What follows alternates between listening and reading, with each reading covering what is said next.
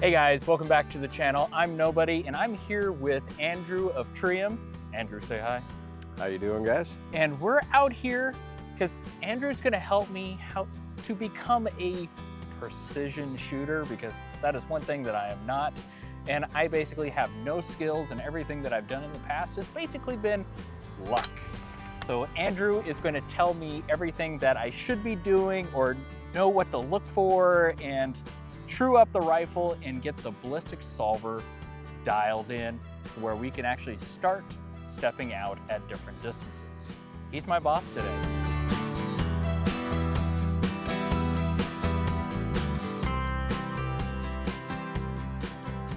All right, since I'm Andrew's minion, Andrew, what are we gonna do today? Okay, so where we have started, and we did some of this off camera already, Chris has already established a zero, and we've got, what, 20 shots down the tube where we have chronoed. And so what we're gonna do right now is we are going to enter our load data into our ballistic solver. And then once we've got all that loaded, we're going to true that data. We've got targets out at 830, 460, and 830 yards. So we're gonna get that data going and true it so that we can actually engage and hit these targets. So we are working with a little bit of a handicap today, other than myself. Usually I'm the major handicap, but we're using a mass-produced match round, the IMI 77 grain Razor Core, which as Andrew and I have been talking, that is going to present some challenges, just because the extreme spread is about 100 feet per second right now. So as it stretches out, I know it's going to cause some issues. So when Chris is talking about that extreme spread, and we'll show this on the Ford-off data once we get going, it doesn't sound like a big deal, but when it comes to precision long range, that extreme spread is a huge big deal. And once we get the data entered, and we'll plug it at that 830, and I'll show you what that is looking like in our vertical point of impact from one shot to the other, being the lowest and the highest. So the first step is I'm going to be entering everything into Ford-off. I do have some basic information already inputted on the rifle. So showing the Sierra Match Kings, the scope that I'm doing, that it's an AR, and what my yardage is, or I'm doing things in US standard for yardages. So now Andrew would like me to enter in the environmental conditions. So I need to come in and edit the environment. Okay, so the first one that I'm going to have you put in is our altitude. Altitude, which is top here. 4304. 4304. Okay. Temperature, guys, we are out in the desert and it fluctuates. This morning it was bitter cold, and it will be probably about 55 degrees as the afternoon progresses here. But for right now, we're going to enter that at 47 degrees. Okay, 47. Okay. Pressure? And pressure, 30.18. All right. Our humidity, 66%. Wow, that's high today. Yeah, I think it's from those storms. Yeah. But Well, and we are by a bunch of water out here as well in the Yeah. Great Salt Lake. Okay, so save. I'm giving you a present, and I want you to enter all of that same data in this book here. Went ahead and entered in all types of different information, that some of it I know, some of it I don't know, but it's important. Now, what do we do from here? Okay, so we have collected our first 20 shots in data, and we're identifying a problem right off the bat, and that is our extreme spread. And so let's just show them real quick what this does. We have a standard deviation of 28 feet per second and an extreme spread of 106.7. We want to gather as much of this data every time that we come out, because what this is going to do is over time this paints a picture of how our rifle is going to perform on any given day. I'll show you guys why this is important. So our farthest target today is at 830 yards, and if we go off of our minimum, which is 2675,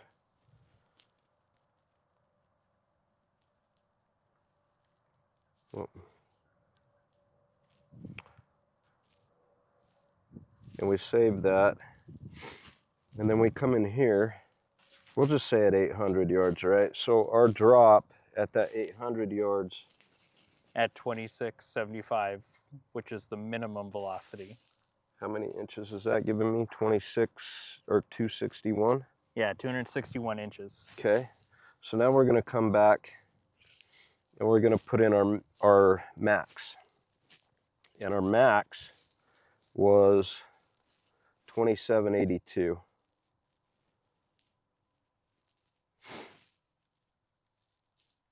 Okay, so now if we go back to that same 800 yards, now our drop is 237, basically. 237 inches.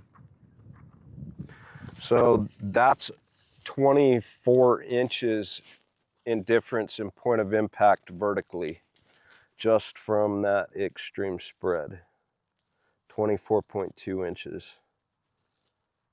So if you're holding on a torso target, dead center, that could be the difference between missing or doing a groin shot. That's correct. And so that's why the majority of us hand load, because we can get that extreme spread and standard deviation lower. But I'm lazy. no, and it's okay. I mean, part of this experiment was to see what we could do with match ammo. Exactly. Or mass-produced match ammo. Mass-produced match That's not ammo. breaking the budget. So, but this is something to be aware of as we're shooting today. It's a variable that is out of our control for today. I'm going to teach you something while we're going right here. Pull out your phone. Actually, there's your phone. There's my phone. Go to your calculator. Come sit down. I'm going to give you a formula to range with your reticle. Okay. Okay, so we have hanging down there, and you can do it on my notebook so you don't have to. Well, I might as well write the formula Perfect. in here so I have it. Perfect. So we have a 12-inch gong hanging down there. Okay. I'm going to give you a constant, and that constant is 27.77. Okay, what does that mean? Okay, so we're going to times that by our target height in inches, which is 12 inches. And then what I want you to do is I want you to look at that 12-inch gong real quick, and you're going to divide that measurement.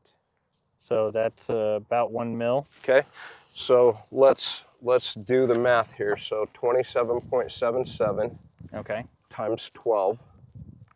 27.77 times 12. Okay, Height. divided by 1. Okay, so what is that number giving you? 333.24. Here is my rangefinder. Range that target and tell me what the distance is on my rangefinder. I'm getting about 332.4. So we are off by half a yard? Half. So this also works with a 72-inch person, a 30-inch torso. Okay. It also works with a 12-inch whatever. So as long as you know your size of whatever you're shooting at. That's correct. And okay. the constant is that 27.77. So is this just for mils, or does this work? This does not work for MOA. Okay. I'm sure there is a formula for MOA. I don't know it. I don't use MOA, so I don't keep the stuff that I don't use anymore in the back of my head, because I like to keep things easy. So. If there is a formula, I'll find it and I'll post it right here. Do you like that? That's cool. So I'm going to show you something else because I printed this off. This will make this much easier for you. I printed off your reticle before we came today. And so this is another thing I wanted to teach you. So these lines here are your stadia lines, right? Mm-hmm. And these are called subtensions. All of these little hashes are called subtensions. So if we look from your dot here to here is 1 mil. Yeah. You're in 2/10 subtensions. So this is 0.2, 0.4, 0.6, 0.8, And 1 mil. And then if you look up at the top though, you have the same thing going on up here. But that's it's broken down into 1 mils. It's broke down into 1/10. So Okay. anytime you're ranging with your reticle, the more accurate you can get that measurement. Yeah, I was holding off closer- of one edge on the center dot, trying to get it. So okay, so there's a left and a right side where you could use it as well. Correct. So that the closer you get that, the more accurate that formula is going to be. Okay. But it's a quick way to range if the battery dies or whatever, or maybe you're in a situation where you, honestly, if you were in a combat situation, right, and you're nighttime, anytime you're using that rangefinder, any night vision device is going to pick up that laser from the rangefinder, so you probably wouldn't want to pop that rangefinder. And give away your position. Right. Okay. I mean, there's lots of The stuff things we learn. All right, so we've got our data entered. Let's take that 330-yard target and see how close we're at right now. All right, so we're going to be shooting a gong at 333 yards, but our wind has been kind of picking up and changing a little bit, so we're going to change it in the forward off. Let's leave it right where it was. Okay, so change my distance to 333 yards, and it's calling for a 1.43 come up and left 0.02, so we'll just kind of hold it. Yeah. Let's see, should I give it just 1.4 or go to 1.5? I'd go 1.5. Go 1.5. If we have to bring it down, we will. Okay, and just center hold? Yeah. Make sure your parallax is correct as well. Yeah, that looks pretty good. Okay, let's send it. Okay. Okay, that was right edge. Okay.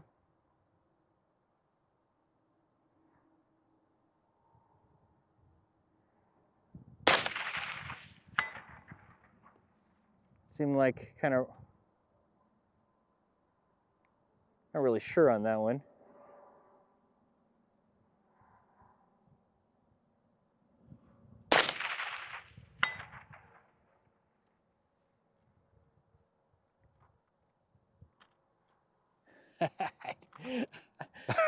I think it looked like it was kind of centered, but I don't know. It's like my eye is not trained for the catching all the impacts.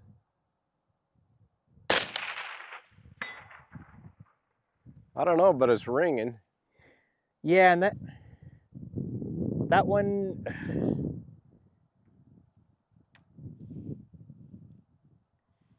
I guess I should be watching how that plate moves. Yep. Okay, because it seems like it's swinging more straight back and forth versus left, right, or kind of rocking. I don't know. It's probably pretty centered then. That's what I'm seeing from here.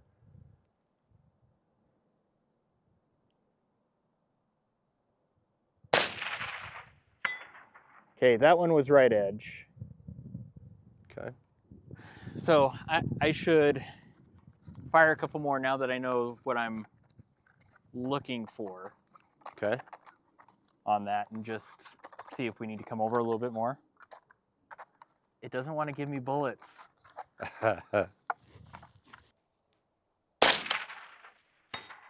Okay, so that was kind of right edge, but not too. Okay, let's dial in 1/10. 1/10 Yeah, because you're left. consistently right. Okay. This wind is changing all over the place on us, though.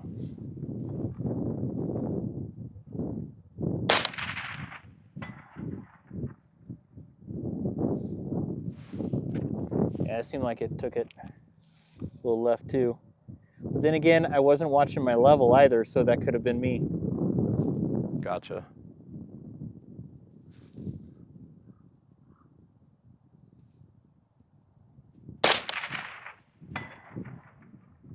All right, so that one was kind of about the 10-30 position, Okay. a couple inches from the edge. Now wind just picked up from our back quite a bit. Now we're getting some good wind.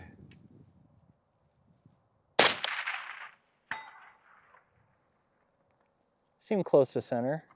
Okay. It's like the 223 just doesn't seem to like rock it that much, especially with the, having the chain. You almost have to like spot it instantly Yeah. before it recenters. And I think that's what I'm having a hard time with is getting my eye back on it and seeing exactly what that plate is doing. Yeah. Lots to learn. Here, take a look. Let me take a look, yeah. Well, they're stacking in there nicely. Yeah. Let's do this. Let's go to the 460. So question on a best practice, should I go back to 0 like whenever I move, and Yeah. that way I'm okay. Because you will forget if you don't. Okay. I still forget sometimes, and it's embarrassing as hell. I'm shooting way over this. All right, so next target is at 461 yards. So that means I need to come up 2.76, so I'll round to 2.8 and see. And wind, it's saying 0.03 left. So I'll just hold center and see what it does. Perfect. All right, sending it. Okay. Bingo. Wow, ballistic calculators are cool. That they are, aren't they? Especially when they're true. Where's the impact point on that? So the impact is probably in 3 o'clock position, about 1 inch from the edge. Okay.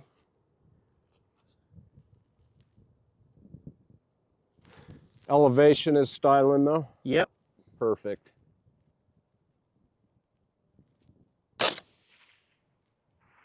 Bingo. Pretty much the same exact spot. Okay. So finish that shot string and let's go to 830.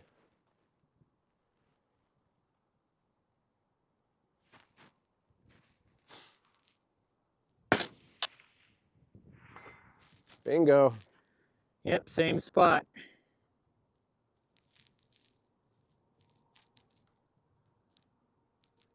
Feeling better about life now? that I can build a somewhat decent rifle? Yeah. And use it. So when you get done with this shot string, let's enter that data. Gotcha.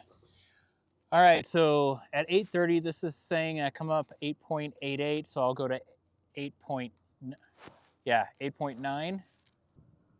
Okay, so wind's picking up a little bit from my right, which means I'll hit off of the left edge. All right, holding center. Okay. Okay, so that went right over.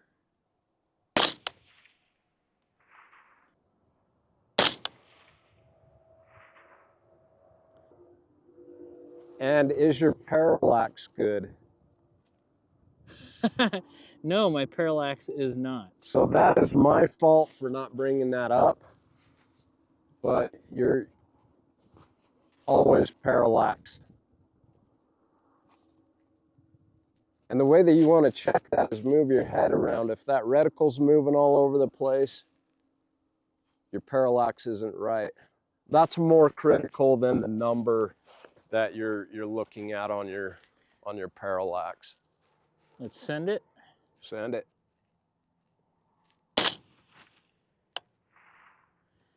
All right, so that impacted left, but that wind also died down, didn't it? Yes. And now it's picking up again. So that impact left was about 0.7.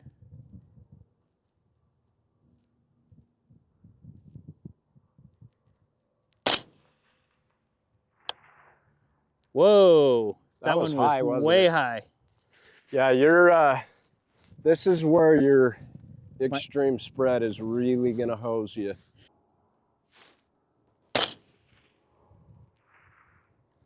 Okay, so that was left about 0.5. Okay, so come in 1/2 mil. Your wind is pretty shifty right now. Impact. Okay, that was a good hit. Back it up.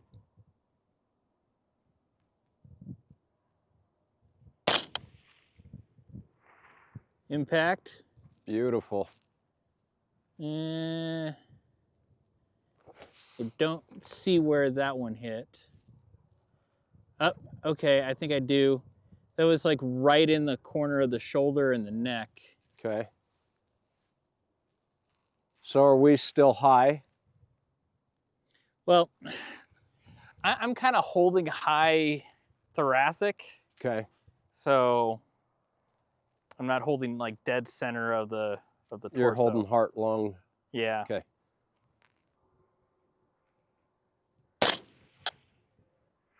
Beautiful. That was a good hit too.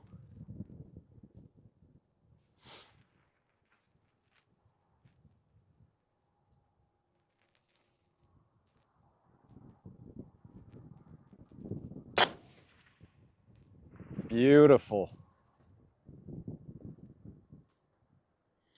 I don't see where that one impacted.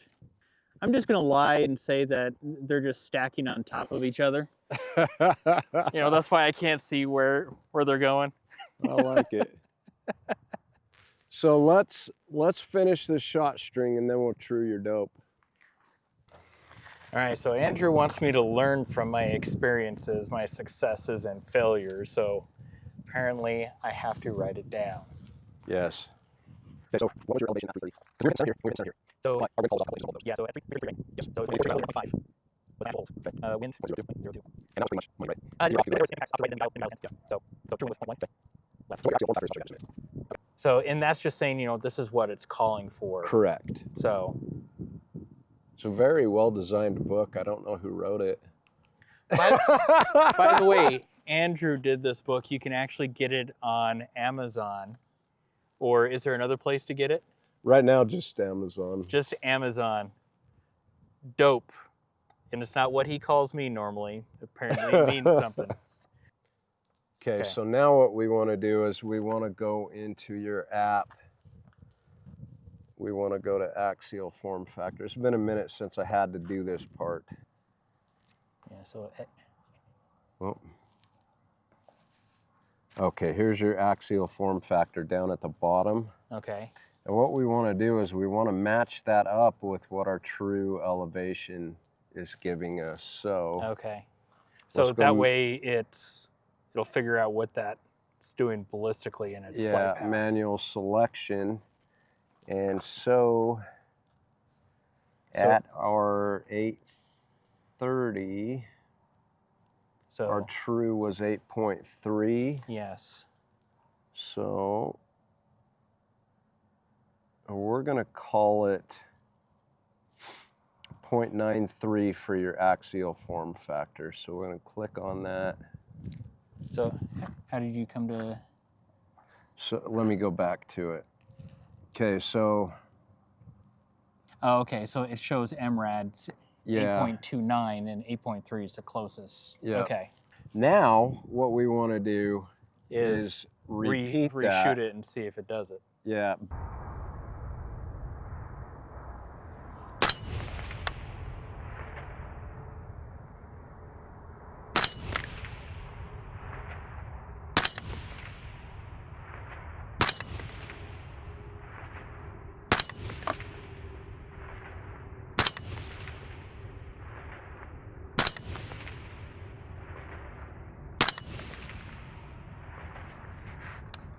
$830 yards.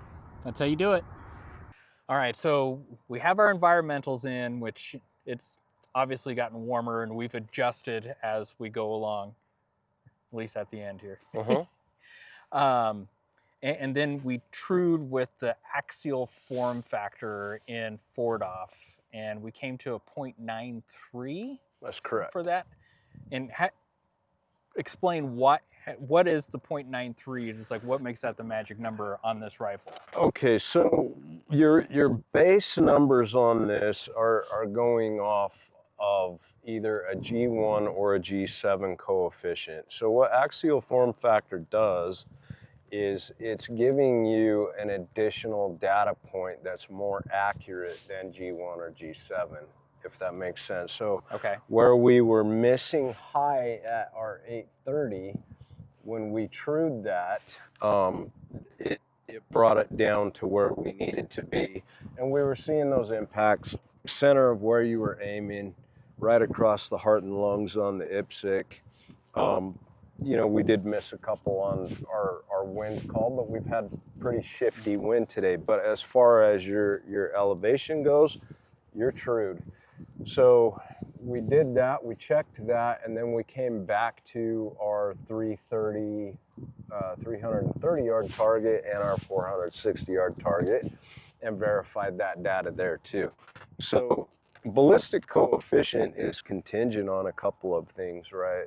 And that's the aerodynamics of the bullet that we're using, but also the velocity. So as the velocity is degrading, as we're getting out further and further, so is that coefficient, right? Mm-hmm. And so by truing it with that axial form factor, we're getting a much truer, a much closer to what the bullet is actually doing and how it's actually performing versus that G1 or G7 coefficient. So it'd be the same as, or similar to how applied ballistics would use a custom drag model. Axial form factor is closer to a custom drag model. Okay. It is kind of eye-opening, you know, there's like your ballistic calculator needs continuous input from you as the shooter to know exactly what's going on, because we're not in a static environment where it's a comfortable 62 degrees. Correct. 24/7. It's a wide-ranging environment. Okay. And that's not only our temperature, but our pressures are changing, our wind is changing. Everything matters, and the farther we get out, the more it matters. So, which, you know, something that I learned, you know, when we were going through and doing the truing up, and I'm trying to tell Andrew, you know, what I'm doing or what I'm thinking I'm doing, and he's got the idea of how to do it properly, and my information isn't always correct. So, like, perfect example, when I was shooting at the 830 yard target, a lot of my shots were going high, you know, but I was aiming high upper thoracic. Well, how you range this is like, if your target is 24 inches, you're aiming at the center of the target. Well, I'm aiming like 8 inches higher than that. So my whole, my cone of fire basically was shifted up and I was shooting high. Did I explain that appropriately? Yeah, let me help you out. So Okay. if you guys want to revert back to one of the first things that we talked about in this video was his extreme spread and that 106 feet per second extreme spread. So what that was giving us in our cone of fire at 830 yards with a 5.56, like this is a 5.56. You just saw Chris rock out probably a 90% hit ratio on a torso sized target with a very fast tempo At 830. at 830 yards with a 5.56. That's challenging, right? So Chris is aiming up high.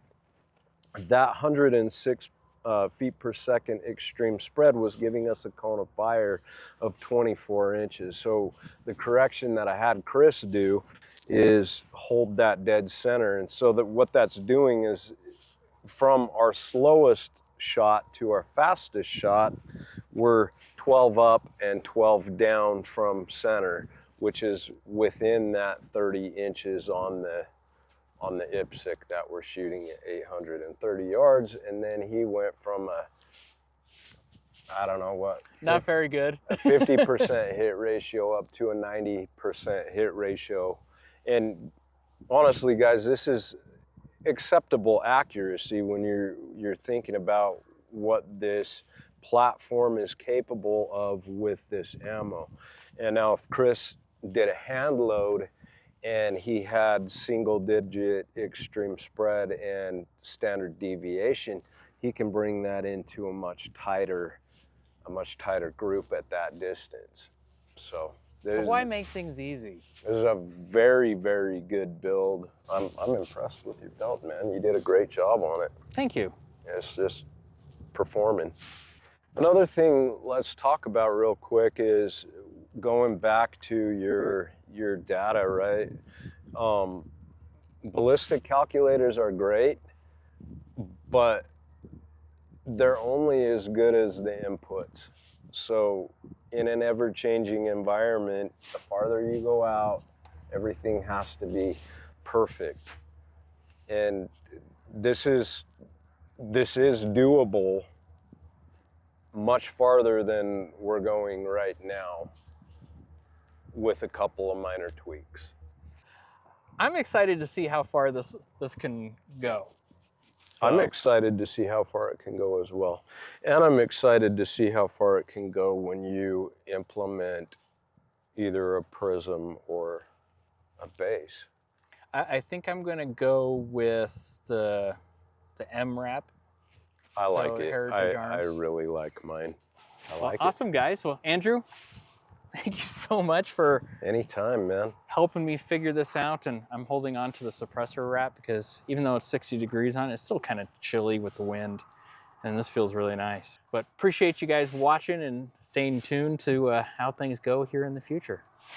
And watch Andrew on his channel. It's Triam, T-R-I-A-M. Thank you. Thanks. I can tell you that there seems to be like a whole nother way of thinking when it comes to this versus just like shooting pistol. Oh yeah, this is a totally different beast.